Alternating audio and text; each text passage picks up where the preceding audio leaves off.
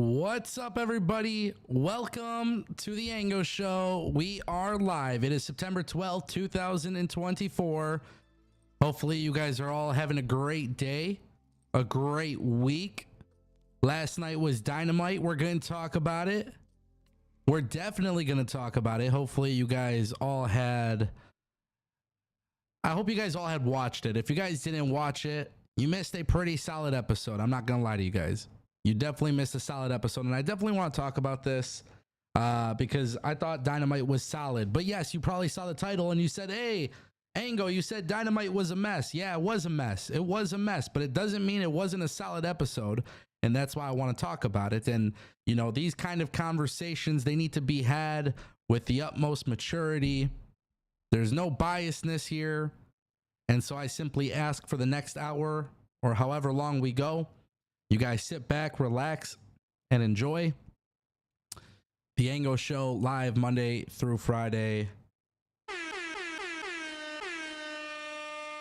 That's right. You guys know this has become one of my favorite things on the channel. A lot of things to discuss. We also got some other topics that we're going to be discussing later on in the show. We are definitely going to be talking Dynamite. That's how we're going to kick things off. If you guys want to support the channel, there's a couple different ways to do so. You could click like on the stream. That is completely free. It is completely appreciated. Also, we have a pinned message in the chat. Ladies and gentlemen, if you drop a super chat and you type in 5.00, $5 or more, it will automatically activate TTS. So make sure you guys do that if you want. You don't have to, but if you want, TTS will actually read your super chat on the screen. Every super chat gets answered. And of course, members get priority in the chat. I'm going to ask you guys in the chat today to go off because we are going to be interacting throughout the show. But of course, we got to talk about last night's episode of Dynamite. So with that being said, ladies and gentlemen, let's get into it. What did I like about Dynamite? What did I not like about Dynamite? I feel like Dynamite is starting to really get to the point where they are inconsistent. We saw All Out. All Out was a great show. But unfortunately, what happens is sometimes after an AEW pay-per-view, there is a lack of focus again. Now, last night's episode, there were some certain areas where I felt like they did really good, and there were some areas where I felt like they didn't do as well. Now, with that being said, I want to talk about it. What was the thing that truly made me believe AEW was a mess? Because there was something that happened on Dynamite that felt messy. It felt chaotic. It felt hectic. It made me feel a little bit disappointed in Tony Khan. And I felt a little bit disappointed in Tony Khan because AEW did something last night that really, really bothered me. And I think wrestling fans like you guys who, pay money for these pay-per-views and pay for a cable service or satellite service to be able to watch these shows. Maybe you pay for AEW Plus or whatever it may be, depending on where you're at in the world. Darby Allin comes to the ring. Okay? Darby Allin comes to the ring and he's met with Jon Moxley. And I like Darby Allin. I really do. I really love Darby Allin. Okay? But this is where things get messy. Jon Moxley basically tells Darby Allin that he has a title shot at Grand Slam. But he says that's not going to happen. Okay? Jon Moxley wants the title match instead of Darby Allin. That's what he wants. He wants the title match instead of Darby Allin.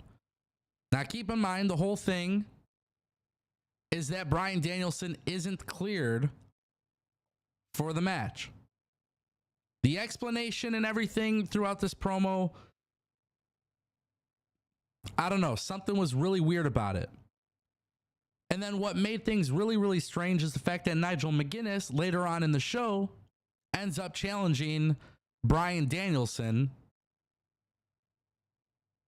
for Grand Slam. Because Darby Allin's putting his title shot on the line at Grand Slam against Jon Moxley.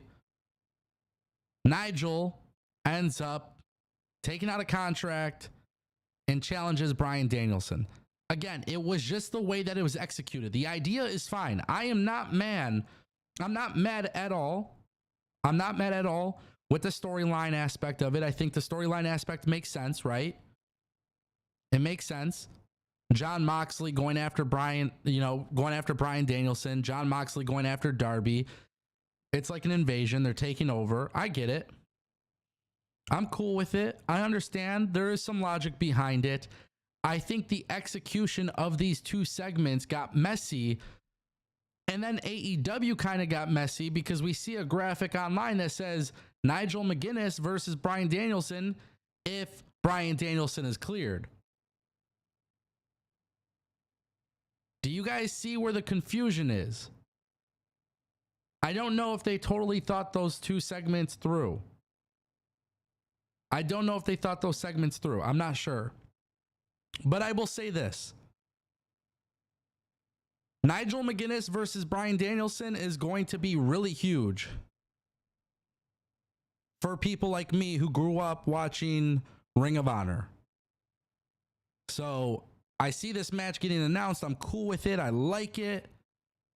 There's something really cool about that. Nigel's been really slick on commentary. It makes sense. This makes sense. It was just the way that those two segments were executed. It's not a lack of vision. They have the vision. It was just a lack of execution, right? Moxley tells Darby, you want me to earn it, right? They did this whole thing where Darby Allin's talking to Jon Moxley. Have you been drinking? Blah, blah, blah, blah, blah. Mox says, do you want me to earn it? Then he places the challenge to Darby Allin. But the premise of this is because Bryan Danielson isn't cleared for a match. And that's where it got hectic. And that's where it got kind of confusing. And that's where it kind of got weird.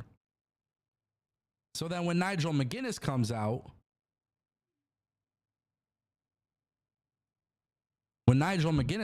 That's where I think things got a little bit more interesting.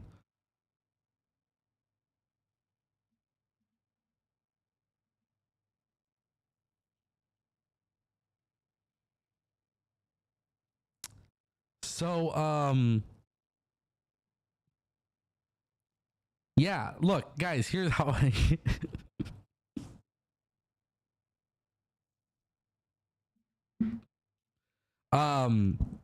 excuse me for a second. Look, here's what you guys need to know. This is really what it comes down to. Execution was really poor. The idea is good. It was a clusterfuck, to be honest. That's really what it was.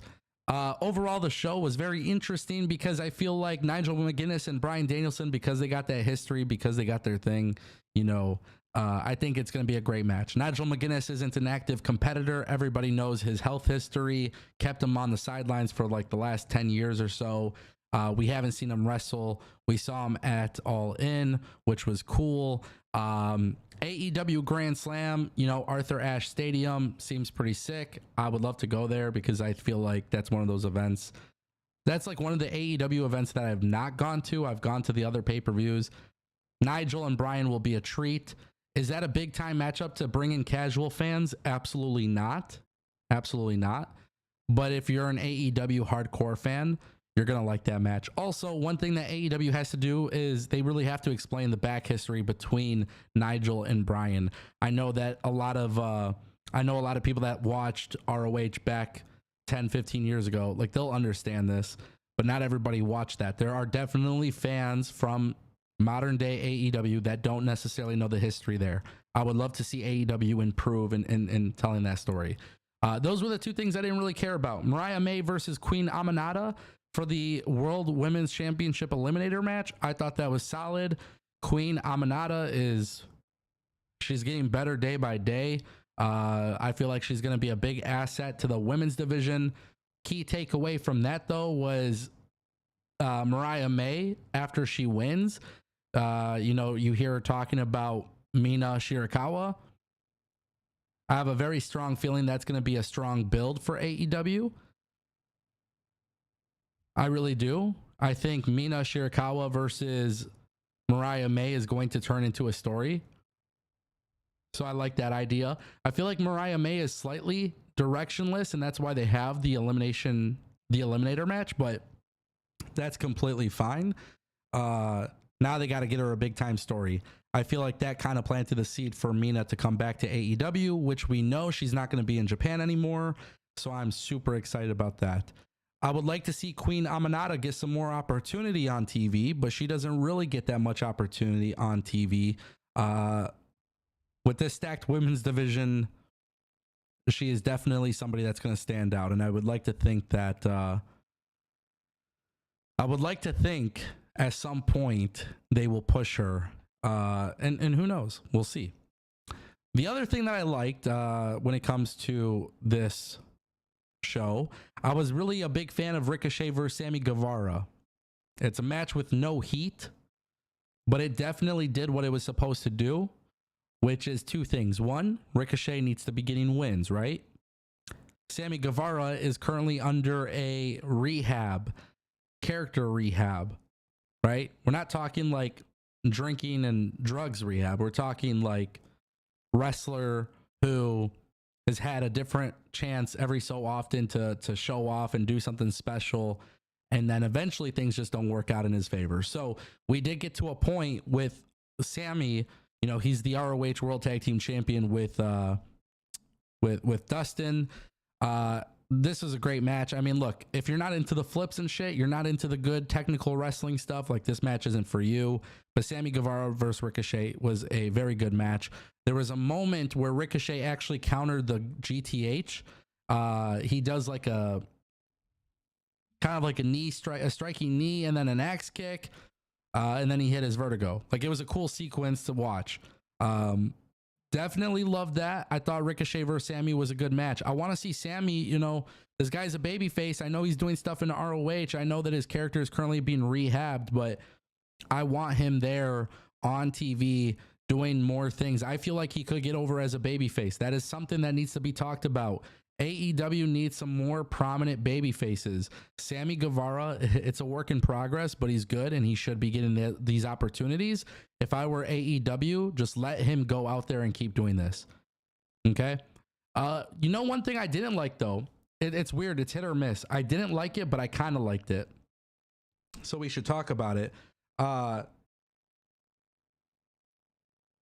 really, really, really loved the tease from Big Bill, right? Big Bill gets a nice little tease. It looks like he might be splitting up from Chris Jericho. Chris Jericho, biggest OG in pro wrestling right now. I'm not a big fan of the learning tree gimmick. I'm not a fan of these segments. But I did like the idea of the, $7,000 in coins getting put into his brand new Bentley. I thought that was pretty cool. I'm just not a fan of these guys together. You know what I mean? But Chris Jericho, they do the whole thing where they're teasing Big Bill, leaving him. I like that. Big Bill, Brian Keith, Chris Jericho. I don't know. The learning tree is like hit or miss for me. So I'll tell you guys off the rip, I would prefer to see them get away from that. I think it starts with Big Bill getting out of there. I don't like the name Big Bill either. It's weird. Like when he was in WWE, he was Big Cass. But this guy's awesome. He's so good. Talk about a guy who completely turned his life around before returning to TNA and then coming to AEW. I mean, this guy was struggling. And I think a lot of people are watching these learning tree segments and most people don't care for them. But I think Big Bill is one of those guys where, truth be told, I think he's just going to be, he could be a really big deal as a singles guy in AEW. It's at some point when Tony Khan decides to do it. I feel like they planted the seed. I like that. Again, for those who are very big critics of AEW not pushing stories forward, it seems like they planted a seed there. Now, again, you could plant a seed. Now, it's how you follow up. It's how you follow up. Execution, follow through. It's the most important thing. The biggest thing I hate in this world, and it's not just like TV shit. It's not just wrestling. It's just people being consistent in general. Consistency is so huge. It's one of my favorite things about myself. I'm very consistent on what I say, what I believe, how I act. I want to see that level of consistency put into a pro wrestling storyline because I feel like if Tony Khan could be consistent and he could push Big Bill after the split, my God, you can do some really, really good stuff with this guy. Things that WWE never did. And that would be amazing to see. I like Jack Perry versus Leo Rush as well, actually. I did like that. I thought that was cool. I mean, let's just be real. Jack Perry, he's going to stack up wins. Leo Rush ate the win. He ate the pin. He lost the win, that type of thing. Yeah. I don't know. I kind of liked it. I like the Action Andretti. I like the Top Flight dynamic. This is a group of people that I like as well. It just makes, sometimes it gets kind of confusing as to why AEW doesn't push them and stuff like that. I don't know. It's just weird. What did I not like? Oh, I didn't like the Christian Cage segment. It's weird. Everybody's going after the world champion. That's cool. I don't like the idea of people coming in. Like, the best way to explain this, my friends, you got Darby and Moxley and Nigel and Christian. Like, everything is just over convoluted when it comes to the world championship picture. That's all. That's what it feels like. I really don't care for the patriarchy gimmick. I said this before. I just feel like it's kind of like overplayed. I don't think Christian Cage needs to be with Nick Wayne and his mom and Kill Switch, Luchasaurus, whatever. So I didn't really care for that. I feel like I'm missing something, which is really crazy. I don't know why I'm missing it. What am I forgetting about? Oh, the tag team gauntlet match. Yeah. By the way, the tag team gauntlet match was atrocious. Like, actually atrocious. Like, I'm not bullshitting you guys. I think the casino gauntlet is just too much now. Really cool stuff from AEW in terms of the concept and what it should be. And, I think Tony Khan had a really, really good idea. I don't think the gauntlet match works out well in the tag team environment. FTR were the first team out to the ring. Will Ospreay, Kyle Fletcher were the second team to enter. You get some good stuff. I think once you start seeing more and more competitors get in there, I think it kind of becomes a little bit of an issue. MXM Collection are in the match. Mason Madden, Mansoor, they're both in it. Former WWE stars, Maximum Male Models. Love those guys. They confronted the Acclaimed.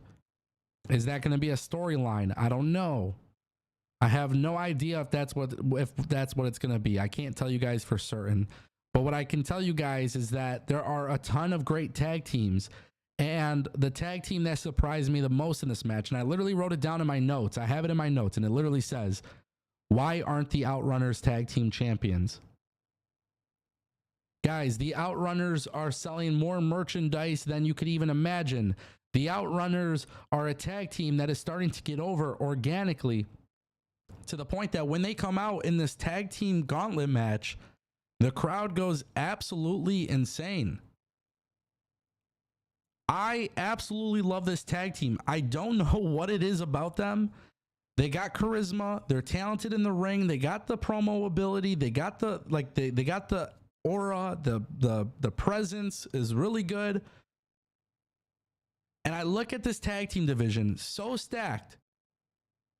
And then AEW did the one thing I did not want them to do. They did it.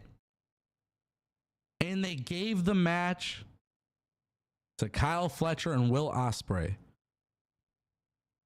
In 2 weeks, Young Bucks will be defending their belts against Ospreay and Fletcher. It's going to be a fantastic match. We're not dumb. We understand that.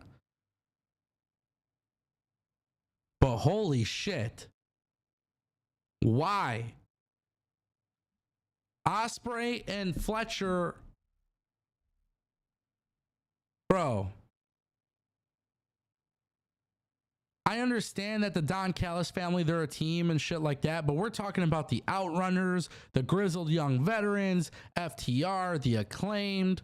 We're talking about Dante Martin and Darius Martin. We're talking about Undisputed Kingdom. We're talking about a whole bunch of teams that actually wrestle in tag team matches. And the tag team that ends up winning are the tag team where two of the guys are mostly doing single stuff. It is so strange to me that Tony Khan made this decision. Super strange to me. I feel like in a weird way, AEW has gotten to the point where like they have an idea of what they want the future to be, but then they don't really know how to get there, because we know Ricochet and Will Ospreay are going to be having a match. We all understand that. I think you guys know. I think I know. We all understand that. I'm taking a look at the chat. We got plenty of members there. Shout out to Mike. He's in the chat. I saw Laws was in the chat. Todd Crow, Cameron, Lewis Bradley. Shout out to all the members. The chat moves kind of fast, but I see some very interesting stuff. The Dumont Show says the tag team division isn't dead. It's that TK is trying to reignite it again. His problem is that he needs to take trios off of Dynamite. 100% I would agree with that. Humble85, longtime viewer, says it makes no sense as the tag team division needs a revamp. I mean, guys, the tag team division does need a revamp. Excuse me. They need a revamp.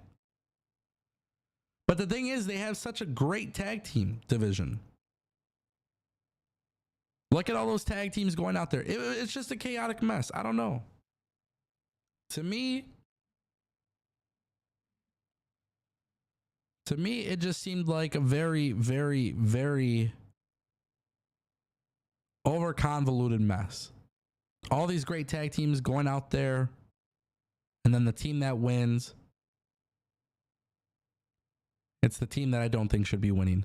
How long is Tony Khan trying to push out Ricochet and Will Ospreay for? I think that's a legitimate question to ask as well. That's a legit question. Guys, I'm going to go grab a water. We're going to come back. If there's any super chats, we're going to answer those super chats. Remember, $5 or more, it activates TTS. It's definitely appreciated. We're going to guarantee, guys, we guarantee every super chat gets read on the stream. We will not be back. We will not be gone for long, just a minute or so. I'm going to go grab a water. And we got so much more to talk about. Plus, tag team wrestling. Guys, don't miss this. The Motor City Machine Guns, Alex Shelley, Chris Sabin. They were not there last night on Dynamite. They're going to WWE. We're going to talk about that. in just a moment. Blow the speakers.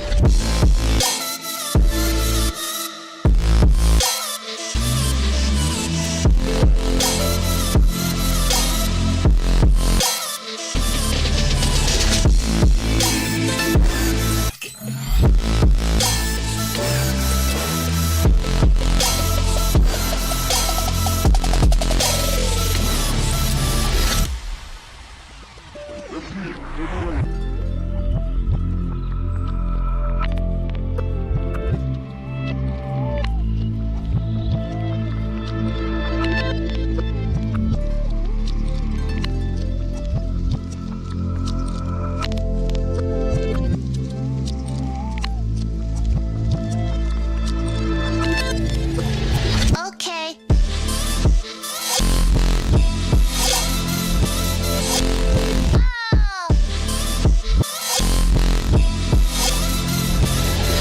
Okay.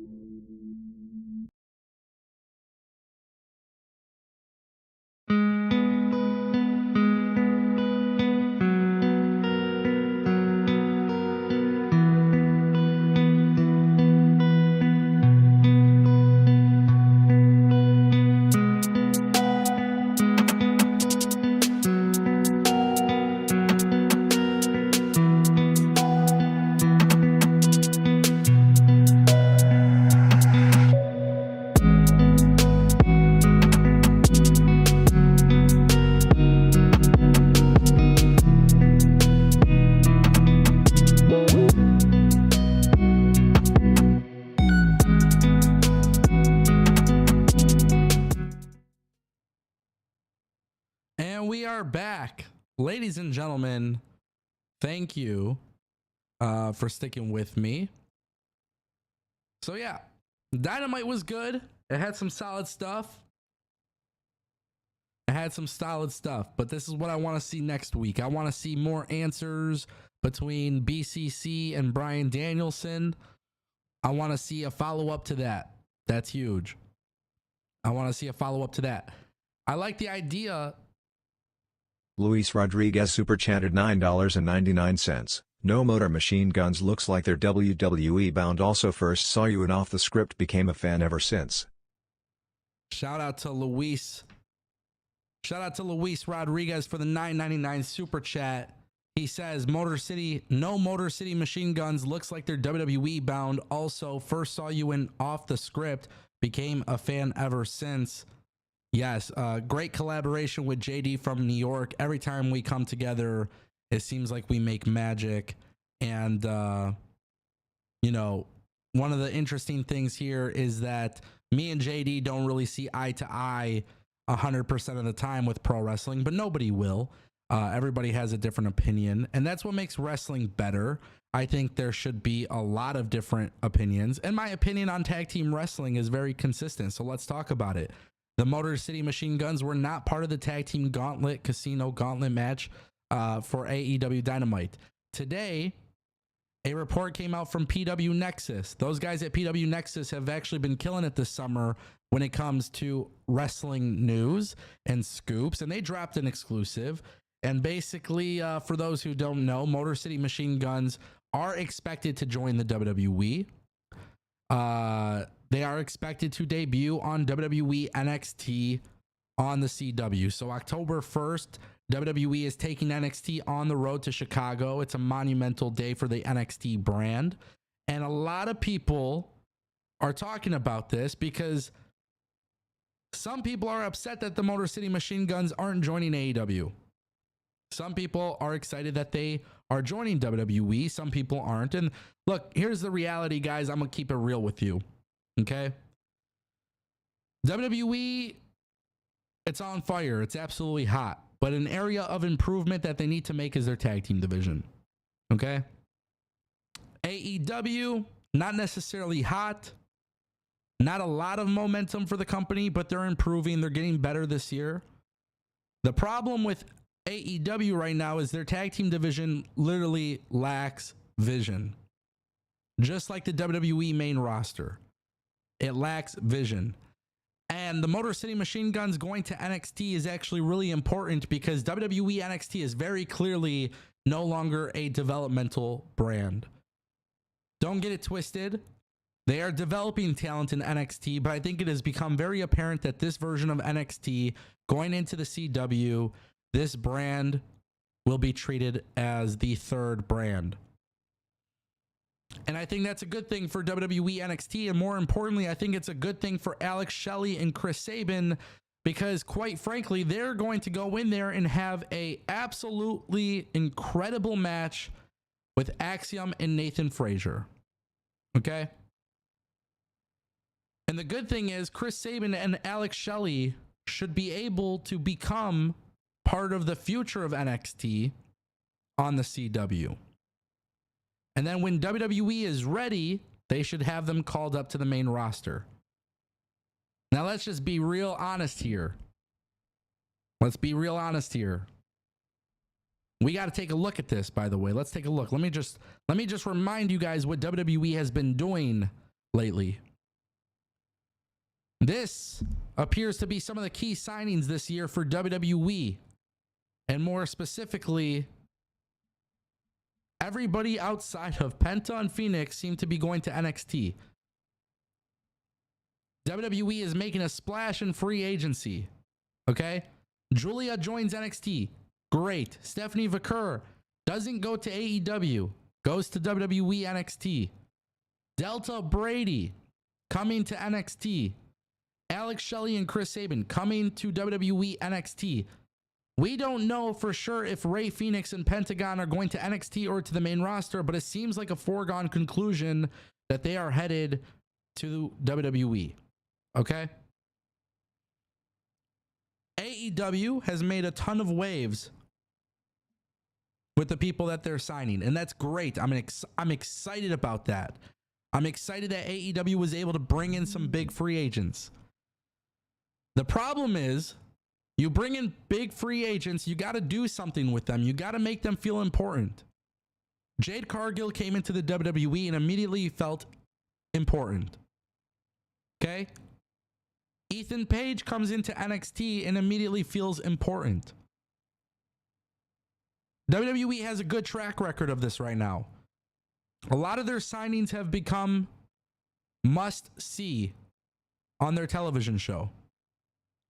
And so for me, I get excited about Motor City Machine Guns coming into WWE NXT, and I think it's the right decision for them to come to WWE NXT, largely due to the fact that they will be treated as a big deal in WWE NXT. And some of you might say this. You guys might say, well, Ango, why don't you think AEW will make them feel important? Look at the grizzled young veterans as a perfect example. Yes, they're starting to cook a feud with FTR in AEW. But I can name a lot of other things that feel much more important than the grizzled young veterans in AEW.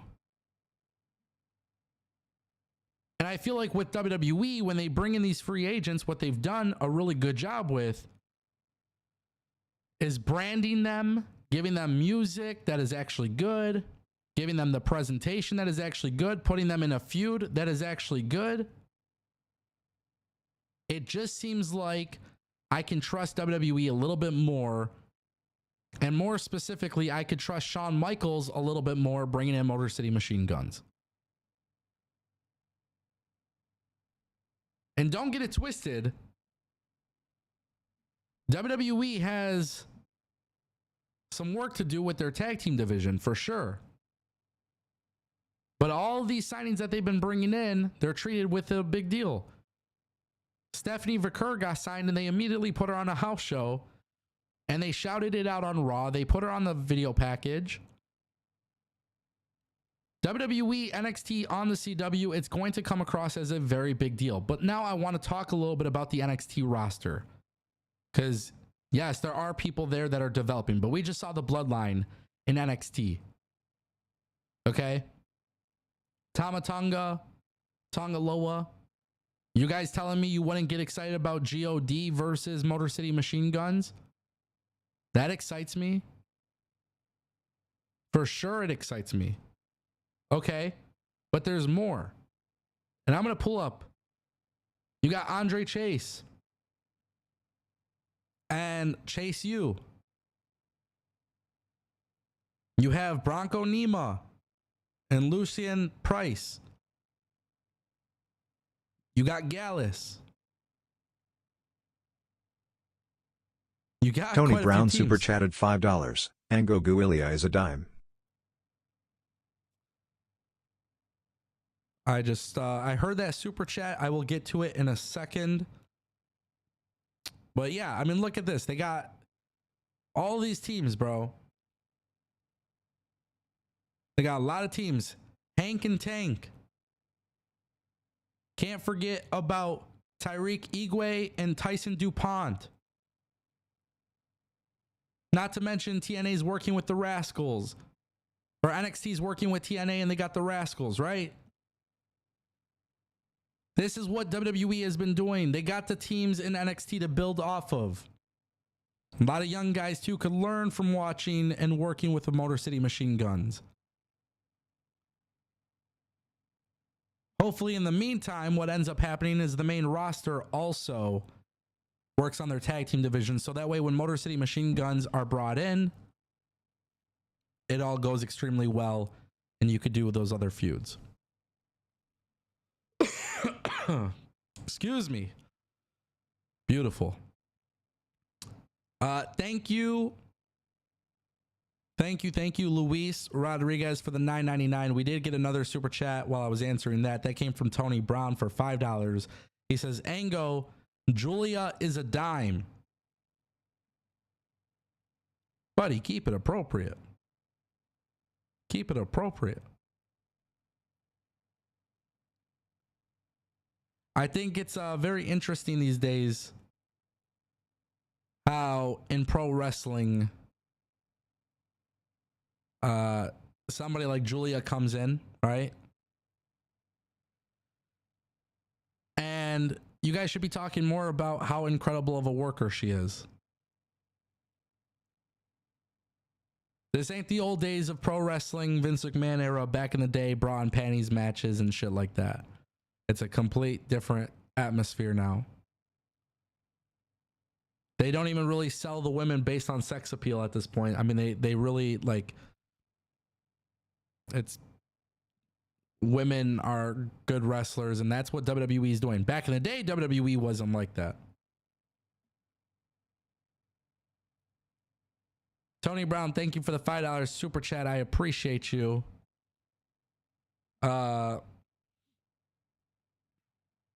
I'm excited about Motor City Machine Guns, though. I'm not gonna lie to you guys. I really am. Like, I'm pretty damn geeked about that. You know what else I'm geeked about?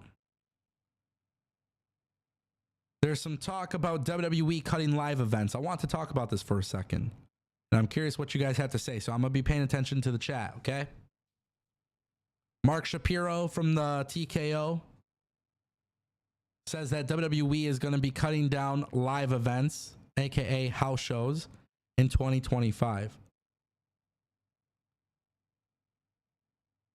So instead of doing 300 house shows a year, they're going to be closer to 200. It's an interesting choice for the WWE to make. But if there's one thing I will say about WWE and AEW, less house shows is better for everybody. Unless you're hitting the big markets, I don't think it's really worth it, in my opinion. Why risk injuries? You're a live TV product. Live events aren't really necessary. WWE is looking at cutting costs. This is exactly what it is. You typically do live events to grow your business. I think it's very obvious that WWE doesn't really need to do them. AEW kind of gave up on the live event stuff, the house shows. I don't blame them. It is definitely something that I respect, WWE doing. For sure.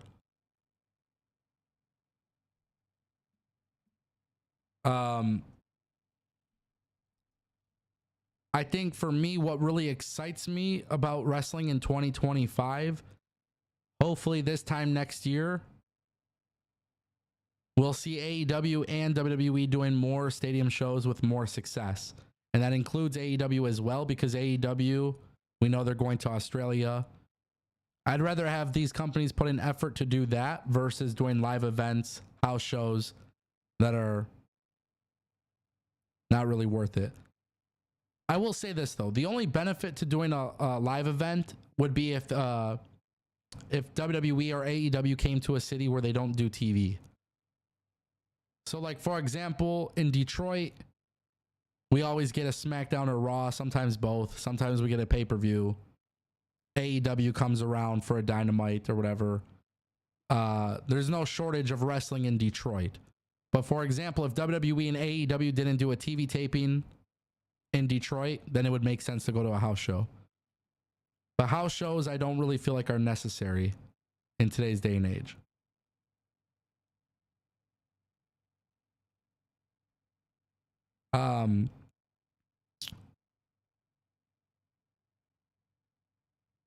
Let's see, I'm looking at the chat. A lot of good stuff in the chat today. Jason says people that crap on crowd size are not fans because only one company is packing the seats. I think fans who talk about attendance, this is an interesting topic. I think wrestling fans who talk about attendance really don't know what they're talking about. The economy is not the same as it was. It is very clear. I'm not going to get political on this channel. I never do. But it is very clear that a few years ago, our economy was a lot easier to go and do whatever the hell you wanted. People got to be a little bit more frugal these days. Inflation is high. There's a lot of reasons why somebody may not go to a live event. Now, for me, it's in my best interest to go to a wrestling show because my business is talking about wrestling. It's a business expense that makes sense, right?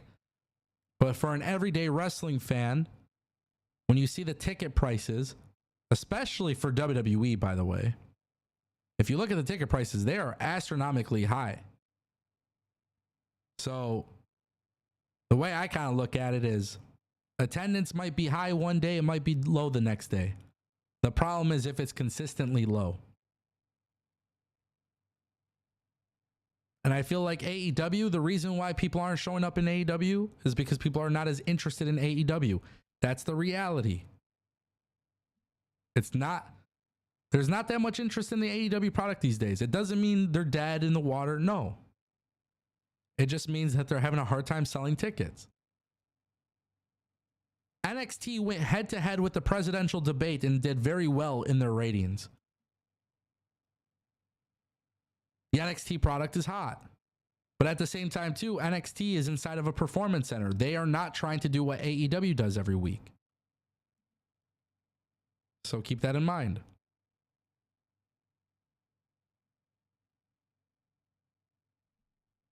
There's a lot of reasons why ticket sales might be good or bad. But it's not entirely based on the product. I think it needs to be said that there are other outside factors that can cause people to go.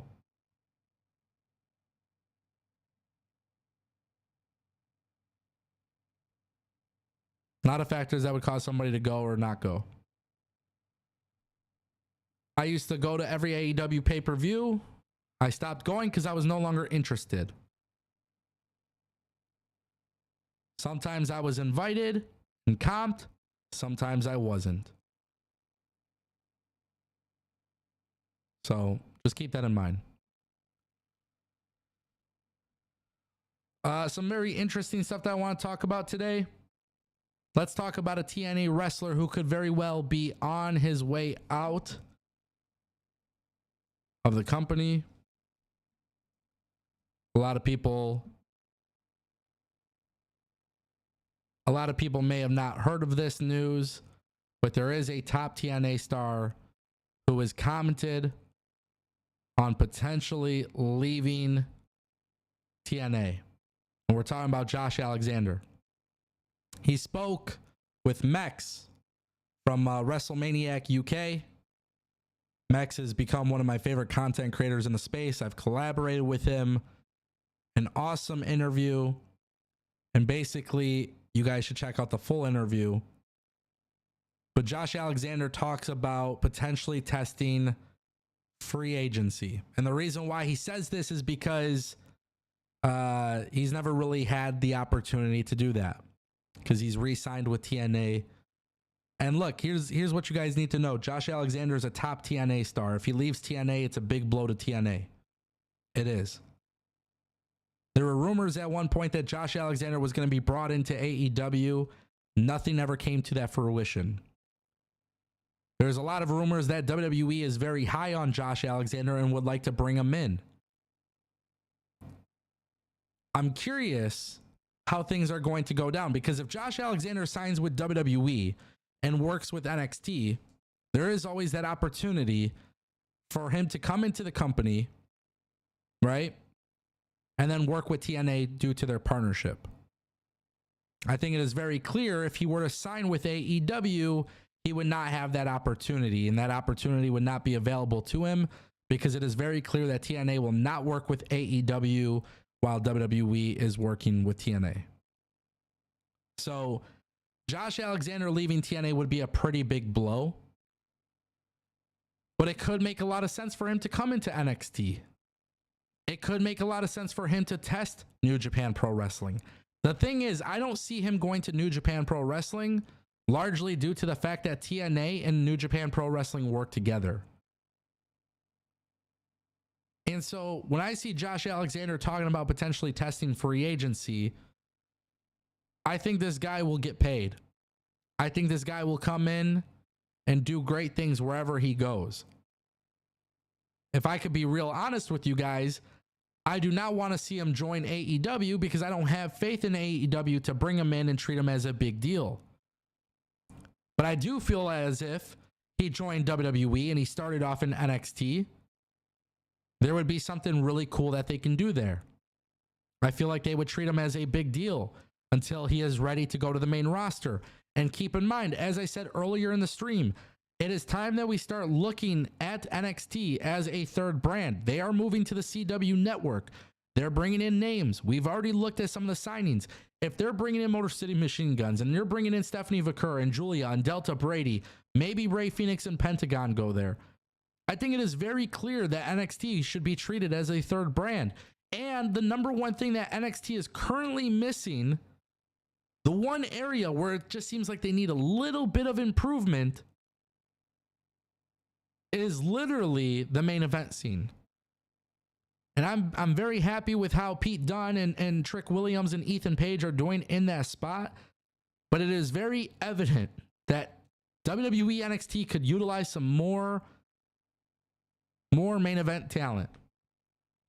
And so if I'm the WWE, I bring in Josh Alexander with the hopes of him running things on the CW. And then when the time is right, call him up to the main roster. And this is a guy who could cut a promo. This is a guy who is really good in the ring. This is a guy who is really skilled. This is a guy who would adapt incredibly well to the WWE audience. The WWE audience will like this guy. If you want him as a baby face, he could be a big baby face. If you want him as a heel, he could be a big heel. This is a guy that would do great things in WWE. So for him to potentially leave TNA and test free agency, it's interesting. The reality is this, though, and I'm going to say this because as much as I'm praising WWE and how I have confidence in WWE bringing him in, the safest choice for TNA is obviously keeping him, but the safest choice for Josh Alexander is staying in TNA. There might come a point in time where Nick Nemeth decides to leave TNA, or some of these other top guys decide to leave TNA. Josh Alexander will always be regarded as a top star in TNA. And it's just entirely up to whether or not he wants to wave the company flag. It's also entirely up to Anthem, the company that owns TNA, to look at Josh Alexander and say, listen, we believe in your value. We want you at the top spot. But it is pretty fearful that TNA is going to have to compete with AEW and WWE. I am super intrigued to see how they do that. Because the bank accounts, there's a difference, man. There's a difference. There's a huge difference. WWE and AEW got money. TNA has money as well. Don't get it twisted. They have money.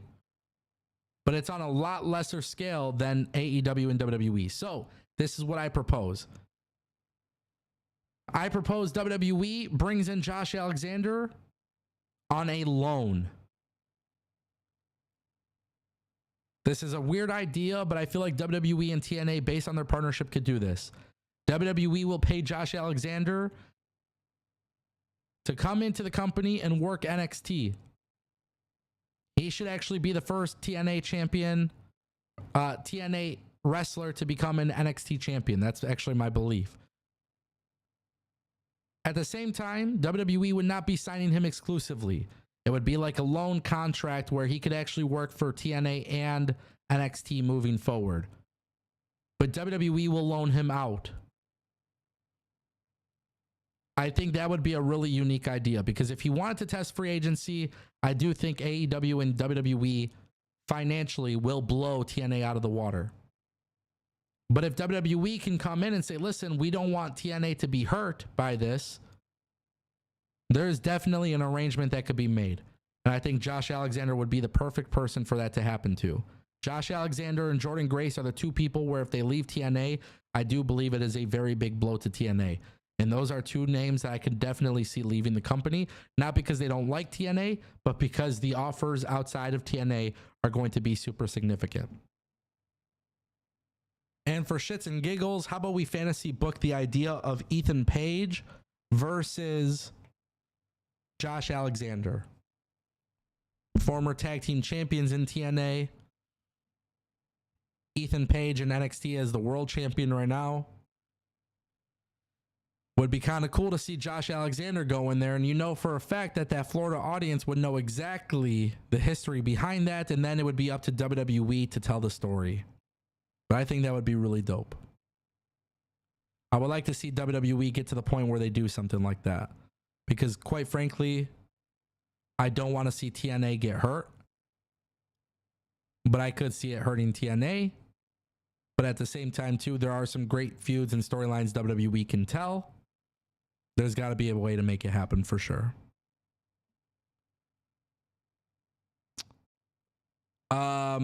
We did get a super chat from Darth Bane for $1.99. Want to see Kenny Omega get healthy and go to WWE. I said this a lot, but I think Kenny Omega is going to be the next one that leaves AEW. I think it will get to a point where he does end up leaving AEW. I would not be shocked by seeing that headline come out one day. I really could see it happening. I would not be shocked in the slightest if Kenny Omega left AEW. It's crazy to think about that, obviously. But I do think that is a big possibility.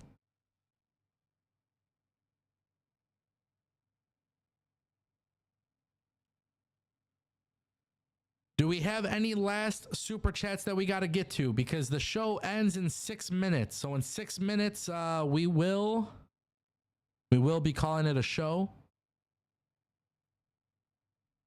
Any last super chats? Keep in mind, $5 or more triggers TTS. Keep that in mind. Super chats do guarantee that your questions get read on the stream.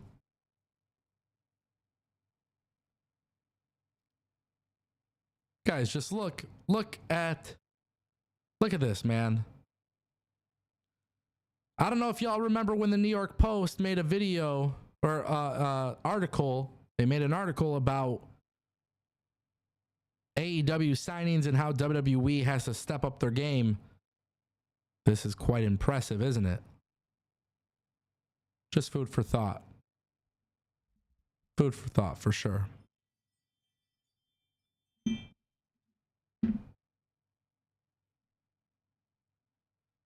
Am I excited about Ricky Starks? Of course. I think he's going to be a big part of NXT as well. Once he gets called up to the main roster, he's going to be a stud.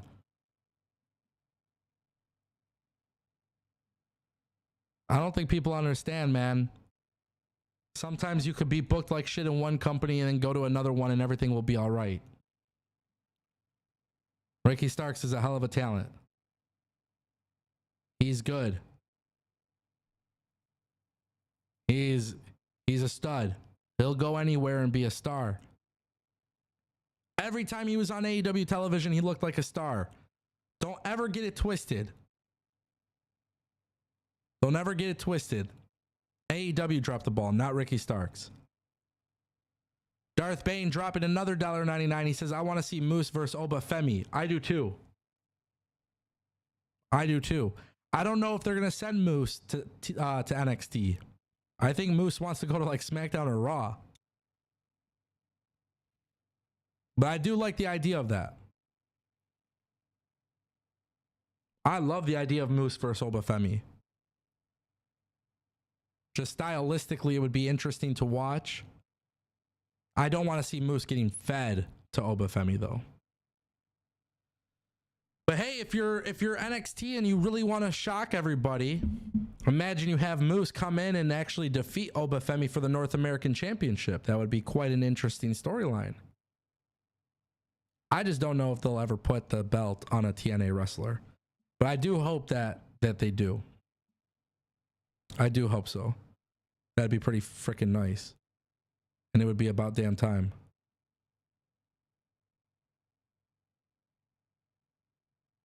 Get Wardlow in there? Nah. Wardlow should be gone from AEW at some point, but there's so much mystery about Wardlow at this point. I don't even know what the hell is happening. Thank you, Darth Bane, by the way, for the super chat. I appreciate it.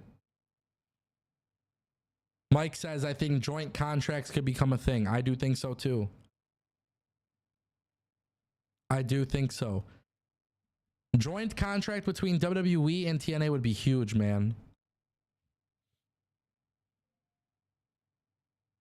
It would be huge.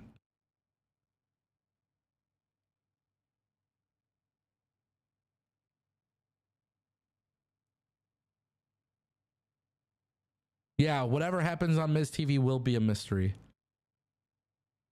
And don't forget, next week on NXT, CM Punk's got that announcement, so we'll see what happens. Very, very, very interesting to see what they do for NXT on CW. I'm super geeked about it.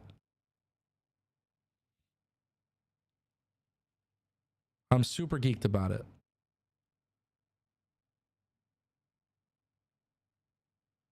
But yeah, guys, we'll call it a show. We got about a minute left.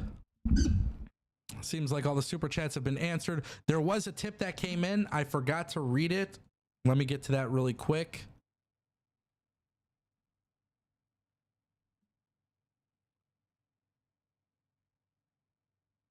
Let me open that up. Because there was a tip. I did get notified of it.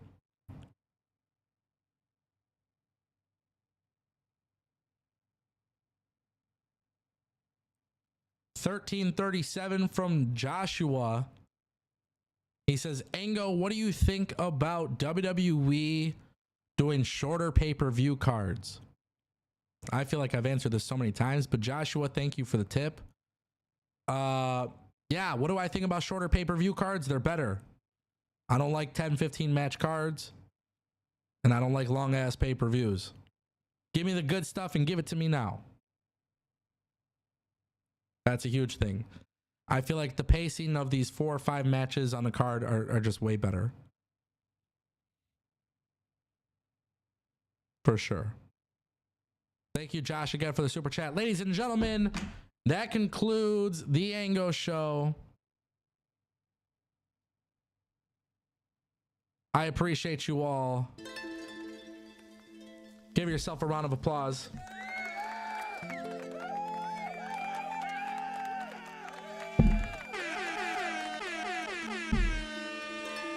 And I will see you guys tomorrow for the last episode of the week. It's going to be a good one. Appreciate you all for spending your time with me. Yeah. Peace.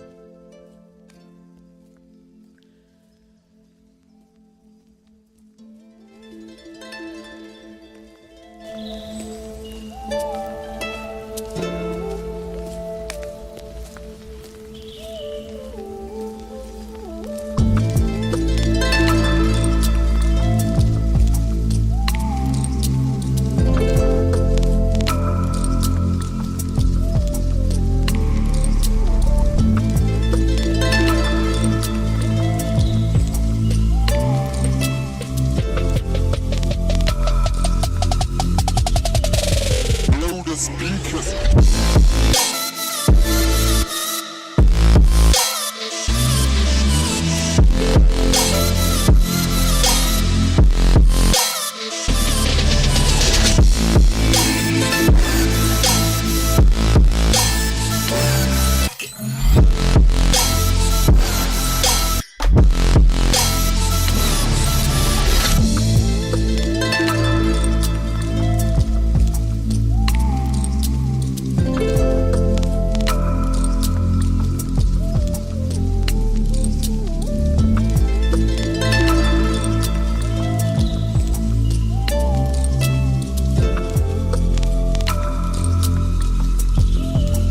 Blow the speakers.